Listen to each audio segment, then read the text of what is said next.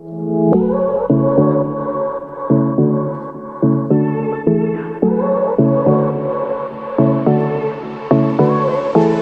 won't make it easy for you now. You got too many. Alright, you guys, it is time for some optical illusion isolation technique. So this is a super fun one. It definitely looks like a magic trick. We're talking about isolations today.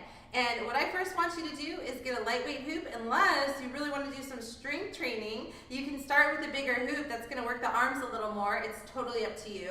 But grab your hoop, palm facing down. We're going to pretend the hoop is a clock, okay? This is 6 o'clock, this is 12 o'clock, and we're going to work with it like that so we can sort of understand how the grip switches work with our isolations. I'm going to turn the other way too so we can be viewing our hoop in our body position from the same angle. So let me come here and I'm going to come along with you guys. So palm is facing down in the 6 o'clock position. I'm going to start by moving into 9 o'clock.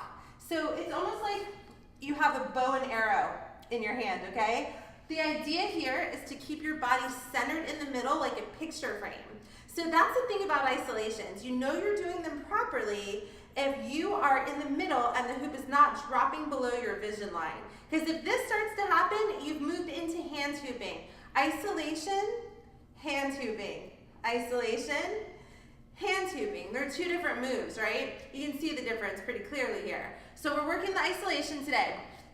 Coming back here, hand is in 6 o'clock position. We're going to move over to the left side in our bow and arrow kind of motion. So we're in the 9 o'clock position now, and we're getting ready to move into our grip switch. So we come up to where we can't go anymore, keeping ourselves centered in the middle like a picture frame, and open up the hand. That's the first part of the movement. So come along with me again. Hoop is being held at the bottom with a strong grip. Arms are nice and tight. You're gonna feel it in your triceps a little bit just by holding the hoop here. You're gonna come up to where we can't go anymore because we only have so much range of motion with our arm, right? And just open up the hand and let the hoop sort of rest on the back of your hand. This is just the first part of our isolation. So we like to break it down into slow motion, learn the mechanics, and then we're gonna amp it up and get the entire thing going, okay? So again, nice and easy, palm down, come up to where you can't go anymore, and then open up the hand and just have it rest here. All right, so that's part one. We'll do it again together, holding at 6 o'clock, coming up, opening up the hand. So we're at 12 o'clock now. From this position, right hand going to the right, you're gonna turn your elbow out and grab on the other side. Here you're gonna crank the hoop back down to 6.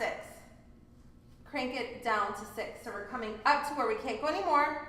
Open up the hand, grip switch it, and push it back down to the 6 o'clock position. From the front, up, open, close, push back down. Up, open, close, push back down. You know you're doing it right if you stay centered in the hoop like a picture frame. So this is our basic isolation with hula hooping, okay? Up, open, close, push back down. So this is what it looks like when the hoop is going away from the body. Of course, we can do the movement coming in towards the body too. I always recommend practicing both directions in both hands. That's gonna set you up for a really well-rounded hooping so you can develop your skill set and really be able to easily transition into a lot of other cool stuff that comes from here. So let's talk about the same thing. If you happen to be a lefty, we'll do it on the left side now. So bringing the hands down to the 6 o'clock position. This time we're going to begin this way with our bow and arrow kind of motion. So we're coming up to 3 o'clock. Opening up the hand so it rests on the back of the hand at the 12 o'clock position just to get a feel for how this works. Rolling the hand over, elbows up towards the sky, and we're cranking it down to 6 o'clock again. So up, open, close, push back down. Up, open, close, push back down. From the front, again, this is the isolation going away from the body. Away from the body. Now, some people might find that it's easier to first learn it when the isolation is coming in towards the body. It looks very similar, but the difference here is that you have a forward grip switch. So I'm going to get closer and show you what I mean here. So from 6 o'clock, this is where we still start the movement. This time though, we're going to be coming up to the side. Again, opening up the hand, and your grip switch is going to be forward now instead of back and away from the body, right? So we're coming up, open, close, push back down. Let me turn this way. So in towards the body, we would be kicking it up to the 3 o'clock position. There's only so much range of motion we have here. We open up the hand, roll it over the back of the hand, forward grip, push back down. So up, open, close, push back down. Up, open, close, push back down. Same thing, if you're a lefty and you want to work the left side, we're coming up to the 9 o'clock position here.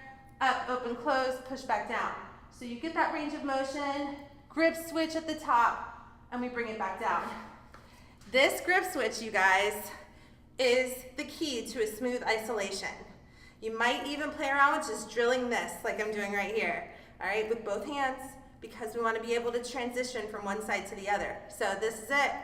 This is the foundation of isolations. And then from here, you can do all the other cool optical illusion techniques. We're not going to talk so much about that today because really we're just focused on the isolation, both hands, both directions, right? So have fun with it, y'all. Happy hooping, and check out Hoola Fit if you have any other questions or if I can support you with your learning.